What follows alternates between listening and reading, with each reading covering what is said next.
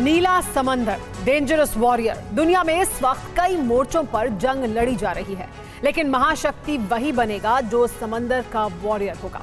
नमस्कार, आपके साथ मैं हूं सुमेरा खान। अपने इस स्पेशल शो में आज से आपको बताऊंगी कि जो समंदर में सर्वशक्तिशाली होगा वो ही विश्व विजेता होगा। इस वक्त दुनिया में ताकतवर हथियारों की होड़ लगी है। कोई परमाणु मिसाइल बना रहा है तो कोई परमाणु बम, कोई फाइटर जेट तो कोई तोप के सहारे दुनिया को अपनी मुट्ठी में करना चाहता है।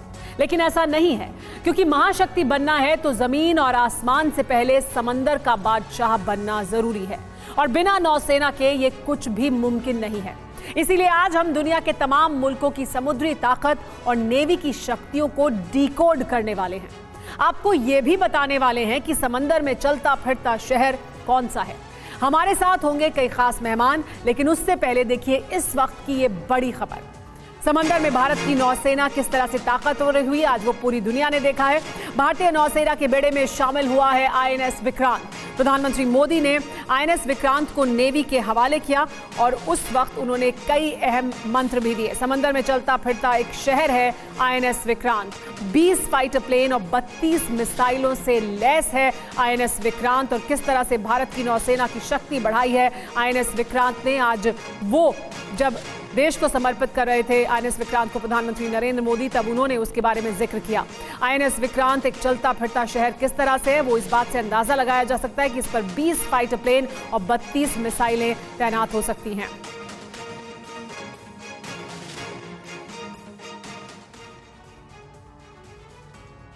लेकिन नीला समंदर और उसमें डेंजरस वॉरियर कितने जरूरी हैं और किस तरह से ताकत बढ़ाते हैं। भारतीय नौसेना की में जिस तरह से शामिल हुआ है आईएनएस विक्रांत, उसने कैसे हमारी ताकत बढ़ाई है, उसकी क्या क्या खासियत है, आइए वो आपको बताते हैं। तो देखिए, 2 फुटबॉल मैदान के बराबर है आईएनएस विक्रांत। इस फ्रीगेट पर 18 मिग और 12 लड़ाकू हेलीकॉप्टर से ये लैस होगा। इसके अलावा land to surface Barak missile की तैनाती होगी आईएनएस विक्रांत पर। 1500 नौसैनिकों को यहां पर रहने की क्षमता है, यानी 1500 नौसैनिक इस पर तैनात हो सकते हैं। 1500 किलोमीटर की स्ट्राइक रेंज है। 50 किलोमीटर प्रति घंटे की स्पीड से 3900 किलोमीटर तक जा सकता है। फ्यूल रेंज है इसकी 88 मेगावाट बिजली की 4 गैस टर्बाइन इसमें लगी हुई हैं। अत्याधुनिक 3D रडार सिस्टम इस पर तैनात है। 2200 यानी 2200 कंपार्टमेंट और 1600 क्रू मेंबर्स के रहने की जगह इस पर मौजूद है। 45,000 टन वजन है आईएनएस विक्रांत का। 20,000 करोड़ की लागत के साथ बना है आईएनएस विक्रांत। और आईएनएस विक्रांत जब भारतीय नौसेना के बेड़े में शामिल हुआ है तो भारत की ताकत बढ़ गई है इससे, और कई गुना बढ़ी है। इसी पर बात करेंगे। हमारे साथ खास मेहमान बने हुए हैं। हमारे साथ major general retired Brajesh Kumar मौजूद हैं, जो डिफेंस एक्सपर्ट हैं। इसके अलावा हमारे साथ डॉक्टर पीके घोष मौजूद हैं, नेवल ऑफिसर हैं, उनसे बात करेंगे हमारे साथ। इसके अलावा नेवल कमांडर अशोक बिजलवान मौजूद हैं, डिफेंस एक्सपर्ट हैं, उनसे भी बात करेंगे। और हमारे साथ ग्रुप कैप्टन यूके देवनाथ भी मौजूद हैं, इनसे भी बात करेंगे।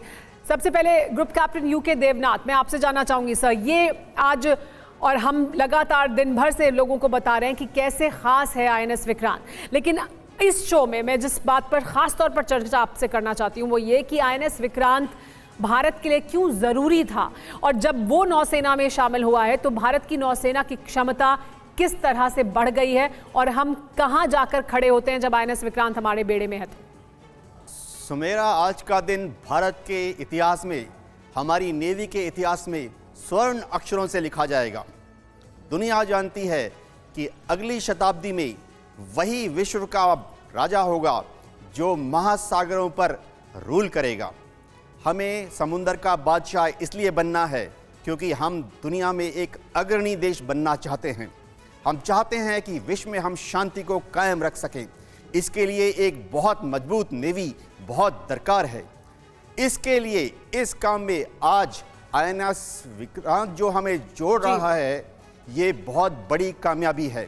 मैं आपको बता दूं, आईएनएस विक्रांत के आने के बाद अब दुश्मन हिंद महासागर में भारत की तरफ मुंह उठाकर नहीं देख पाएगा। अगर पाकिस्तान ने या चीन ने यह ज़रूरत की कि वह हिंद महासागर में भारत को कोई नुकसान पहुंचाए या हमारे इंटरनेशनल इंटरेस्ट को कोई डिस्टर्ब करे, तो उन्हें मुंह की खानी पड़ेगी।